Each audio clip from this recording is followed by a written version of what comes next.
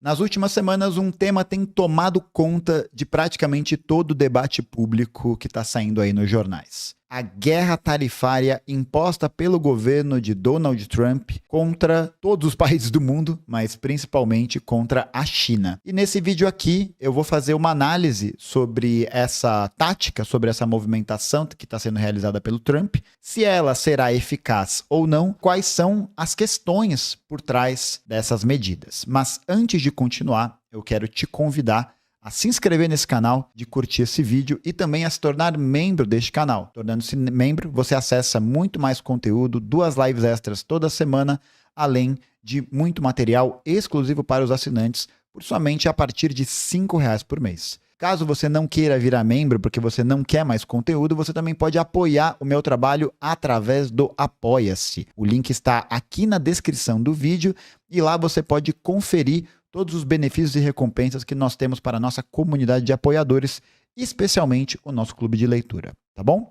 Então, sem mais delongas, vamos começar. Não tem vinheta, né? Então, vamos lá. Bom, gente, é o seguinte, essa estratégia que o Trump está realizando para poder, para tentar desarticular a economia chinesa é uma tática, né, que a gente chama no debate econômico de protecionismo. Então, o que o Trump está fazendo? Ele está tentando aumentar as tarifas de outros países, né, em relação à entrada de produtos de outros países nos Estados Unidos, para tentar fazer com que se atraia um capital industrial, né, que foi movido para outros lugares ao longo desses últimos 30, 40 anos, de volta para o território dos Estados Unidos. A crença do Trump vai muito em linha com o pensamento de que os Estados Unidos representam esse epicentro da economia mundial e que, portanto, seria interessante para essas empresas e indústrias se voltarem internamente, né? Se voltarem aí para a sua participação na economia doméstica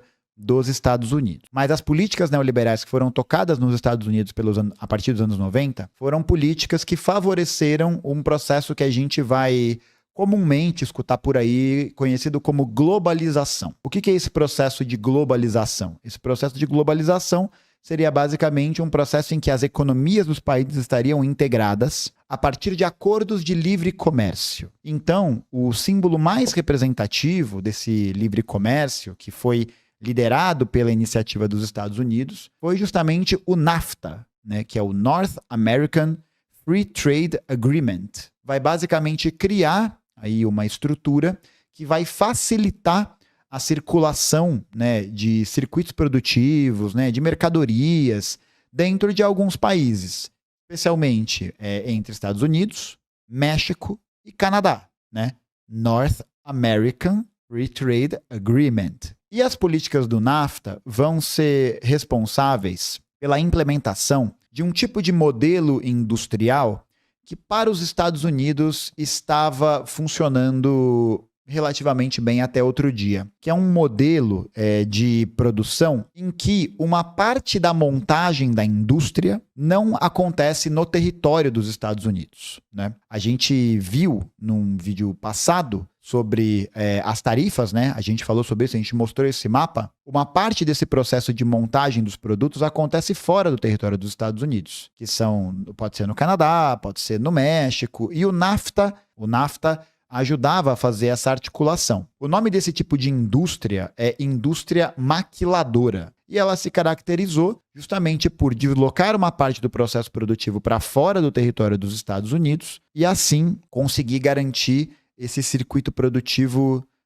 que beneficiava, no final das contas, né, a economia doméstica dos Estados Unidos. E aí, a grande questão é que, primeiro, essas tarifas que o Trump está impondo agora, elas são tentativa de quebra desse acordo, não só do NAFTA, mas dessa própria lógica da economia globalizada, porque nesse esquema da economia globalizada, né, do neoliberalismo como central, né, como a economia financiarizada de maneira central, não está mais provendo os mesmos ganhos que provinha antes. Então a gente viu aí todas essas dimensões, né, dessa economia integrada, ela tem prejudicado cada vez mais a economia geral dos Estados Unidos, que só não cai por alguns motivos relacionados à hegemonia que o dólar tem. A gente vai falar disso daqui a pouco. Mas então o que acontece é que essas medidas que foram impostas pelo Trump, elas não vão ter essa efetividade de trazer essas indústrias para dentro dos Estados Unidos. E por quê? Primeiro porque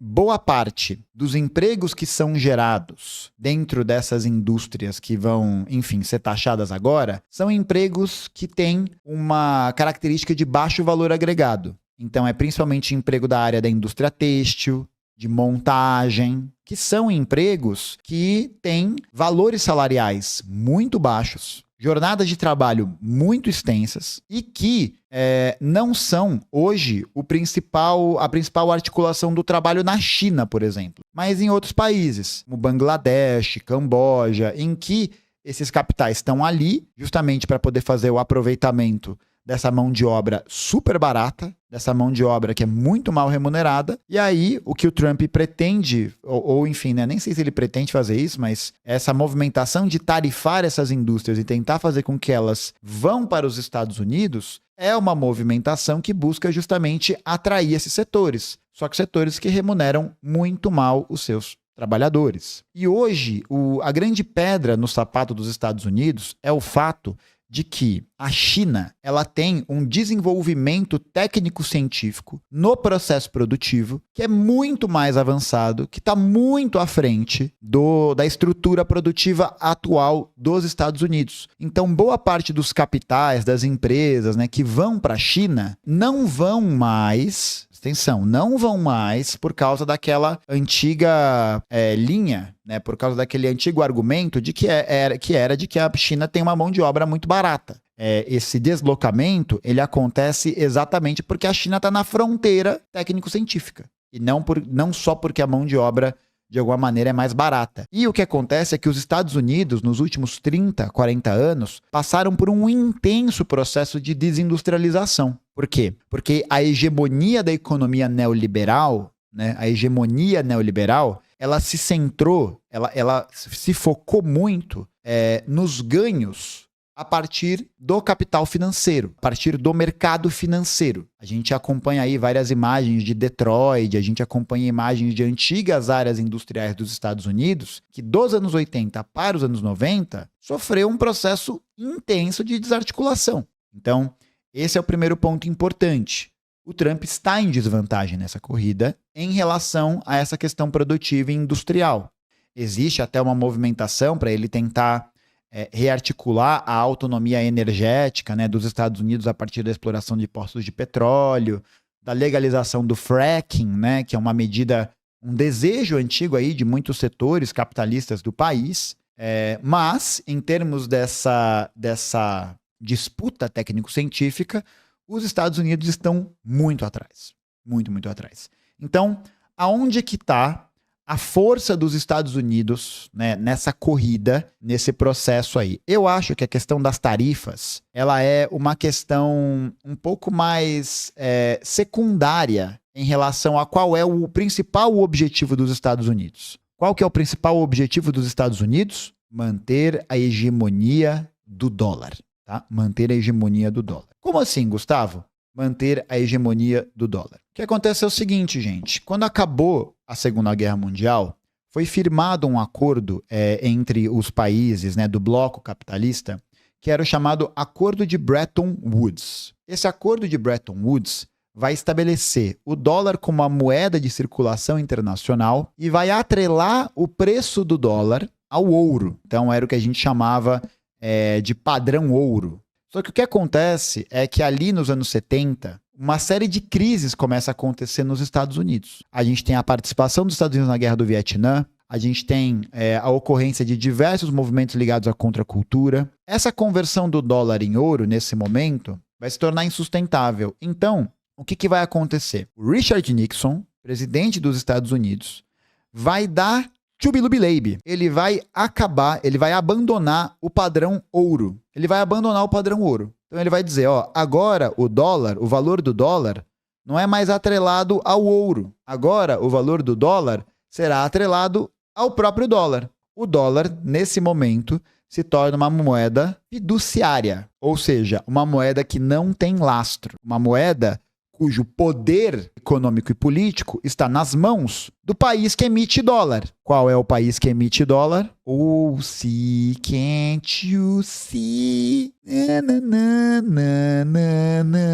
Então isso acaba criando um mecanismo em que o dólar passa a ser não só a moeda corrente internacionalmente, mas como os Estados Unidos são o país que tem emissão de dólar e que tem esse poder econômico e político muito maior para fazer isso, todos os países vão passar a ser reféns dessa lógica. Então, a hegemonia dos Estados Unidos está onde? A hegemonia dos Estados Unidos na economia mundial está no fato de que o dólar é a moeda que é utilizada nacionalmente, aliás, internacionalmente, cuja inexistência de lastro faz com que ela seja emitida somente pelos Estados Unidos e, portanto, eles controlam a porra toda. Eles controlam tudo.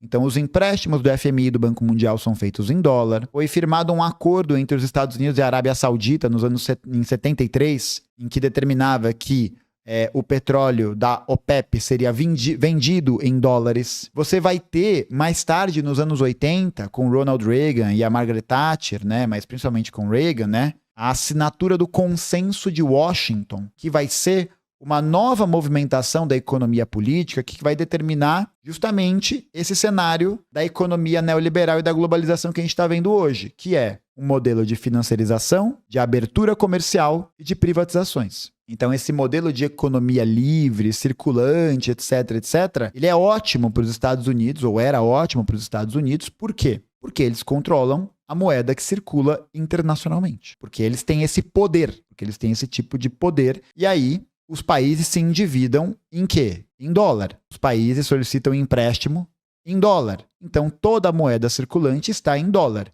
E o principal objetivo do Trump agora é justamente tentar manter a hegemonia do dólar.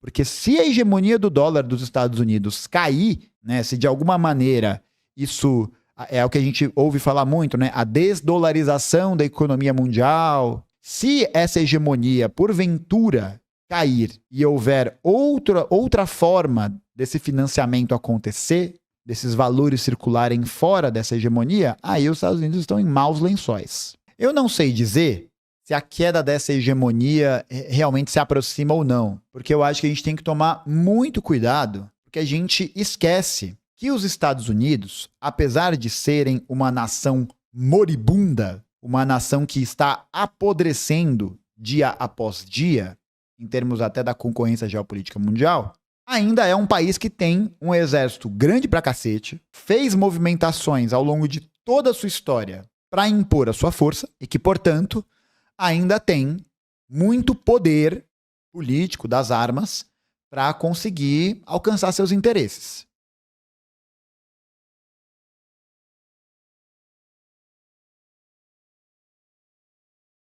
Eu acho que isso ainda talvez leve algum tempo. Eu acho que menos do que se imaginava, mas ainda algum tempo. Especialmente porque a China, ela basicamente não depende disso para poder manter sua estrutura produtiva. Ela não depende do dólar. Ela consegue ter uma flexibilidade maior em relação a isso, justamente porque ela não foi integrada a essa economia mundial, né, globalmente e tal, da mesma maneira que todos os países. Então, o neoliberalismo no Brasil representou o aprofundamento da nossa condição de país capitalista dependente, dependendo de empréstimo do FMI nos anos 90, com privatização, em que boa parte dos ganhos da burguesia estão concentrados aonde? No mercado financeiro. Então isso aconteceu para muitos países, que não foi o caso da China.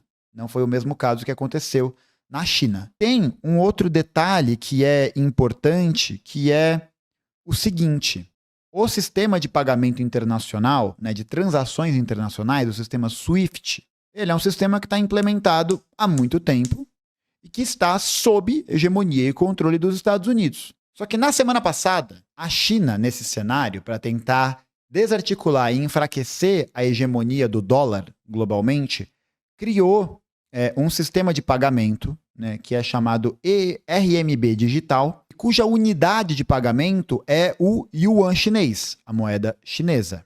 E aí o que acontece? A China introduziu nesse sistema de pagamento países do Sudeste Asiático e países do Oriente Médio, e que representam mais de 30% de circulação do comércio global. E aí que está o pulo do gato. Porque o que acontece? O sistema de pagamento SWIFT, que foi implementado de maneira geral em 73, na mesma época do choque do dólar, leva de 3 a 5 dias para processar um pagamento. É tipo um boleto, né? É um boleto. Esse sistema RMB digital leva 7 segundos. Então, o que a China está movimentando e está fazendo? Ela está criando um outro sistema de pagamento para tentar tirar a hegemonia do dólar, para tentar colocar ela como a central, né, de circulação desses pagamentos, e que até para as burguesias é muito mais interessante, né? Porque se você, que é um capitalista safado, você vai querer um pagamento que é feito de 3 a 5 dias ou imediatamente? É literalmente o Xi Jinping.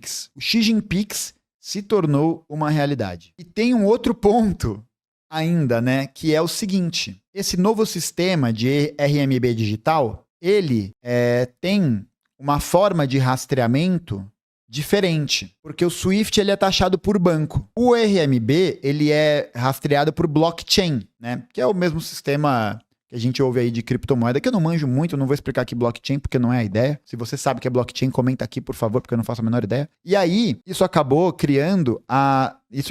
tornando desnecessária a intermediação com bancos. Então é um sistema que opera meio que de maneira autônoma. E isso reduziu as taxas administrativas de uso desse sistema de pagamento em mais de 98%. Ou seja, é um sistema mais rápido, mais barato e tecnologicamente muito superior. Esse sistema já está nos seguintes países. Olha só, já está na Arábia Saudita, no Bahrein, no Brunei, no Camboja, na China, Singapura, Emirados Árabes, Filipinas, Indonésia, Irã, Kuwait, Laos, Malásia, Omã, Catar, Tailândia e Vietnã. Todos países que têm ou uma centralidade produtiva nesse contexto, né, de industrialização local muito importante, especialmente de indústria têxtil, né, mas também em outros ramos. E você tem aqui uma parte considerável de países que fazem parte da Organização de Países Exportadores de Petróleo. Ou seja, você está integrando essa massa industrializada e, ao mesmo tempo, integrando os exportadores de petróleo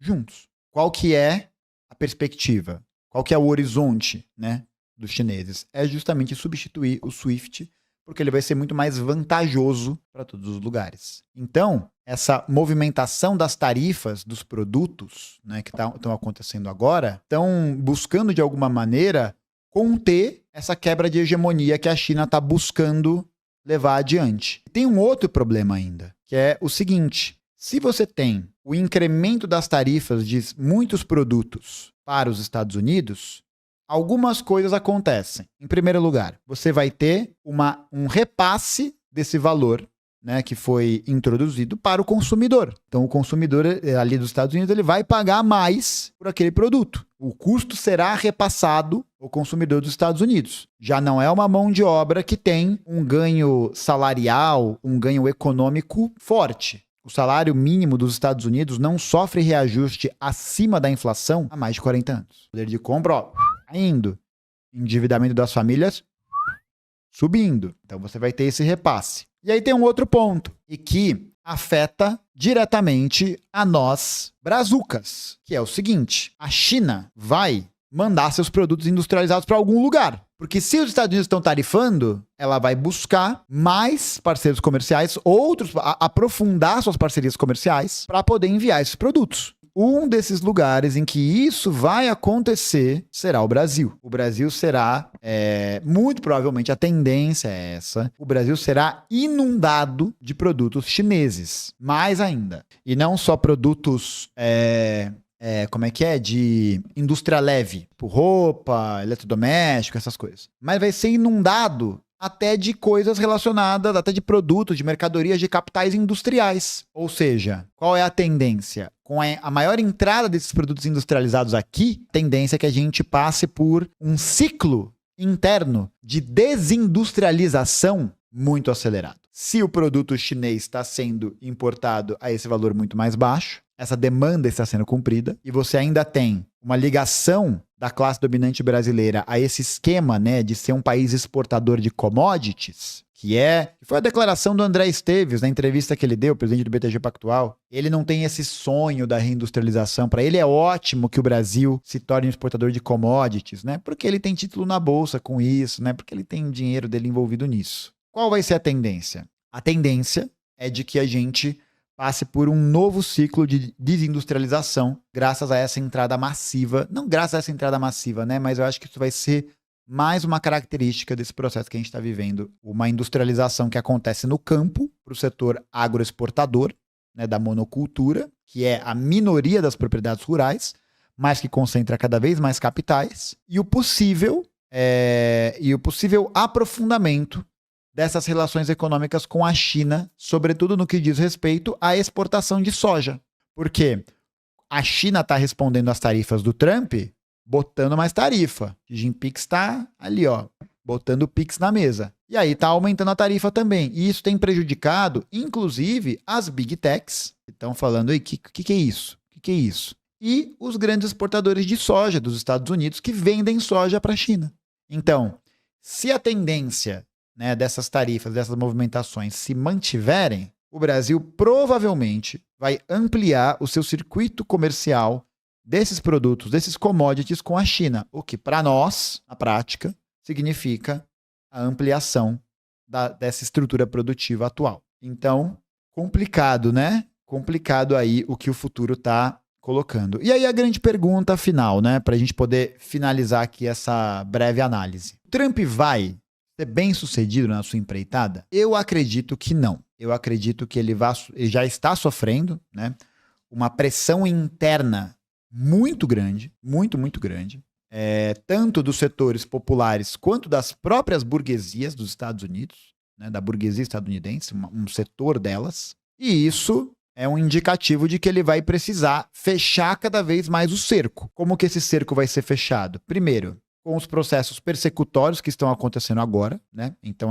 é realmente o Estado policial no seu grau mais Robocop e que envolve a deportação de imigrantes, que por um outro lado são a mão de obra que geralmente essas grandes indústrias contratam porque são mais baratas. Tem isso, né? Será que o trabalhador médio americano do meio oeste vai querer esse emprego de merda?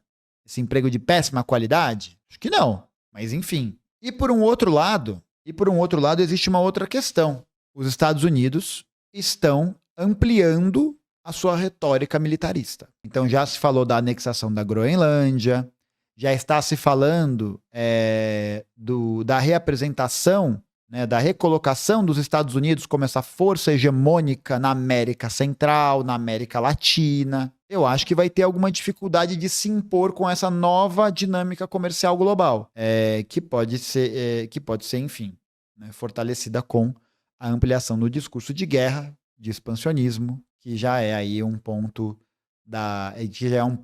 pacífico, né? É um ponto aí clássico da maneira de como os Estados Unidos se construíram economicamente. Então, diferente ali da virada do século XIX para o século XX, em que a gente tem um processo de industrialização, de concorrência acontecendo e que, portanto, o protecionismo, né, essas medidas de proteção à economia doméstica poderiam funcionar como atrativos, a própria maneira de como a economia política do mundo a partir dos anos 80 se configurou nesse esquema de financiarização global, nesse esquema de integração global, que acabou levando à desindustrialização dos Estados Unidos e também a um ganho financeiro, no lado financeiro, muito maior do que no ganho industrial, e uma ausência de avanços técnicos científicos na fronteira produtiva como a China está tendo agora, mostram que essas tarifas do Trump têm um limite de atuação que é muito considerável. Mas, né, a história está aí para a gente poder averiguar se eu estou correto ou se eu estou falando abobrinha. Então, para você que assistiu esse vídeo até o final, quero te convidar mais uma vez para comentar e dizer o que você acha, né? Trazer aqui a sua análise, a sua perspectiva, a sua visão e dizer se eu estou falando abobrinha ou se eu não estou falando abobrinha. Não se esquece também de se inscrever no canal, de curtir esse vídeo e também apoiar este trabalho via Pix ou via Apoia-se. O seu apoio é muito importante para a gente melhorar cada vez mais a qualidade das nossas produções. Beleza, gente? Um beijo, valeu e até a próxima.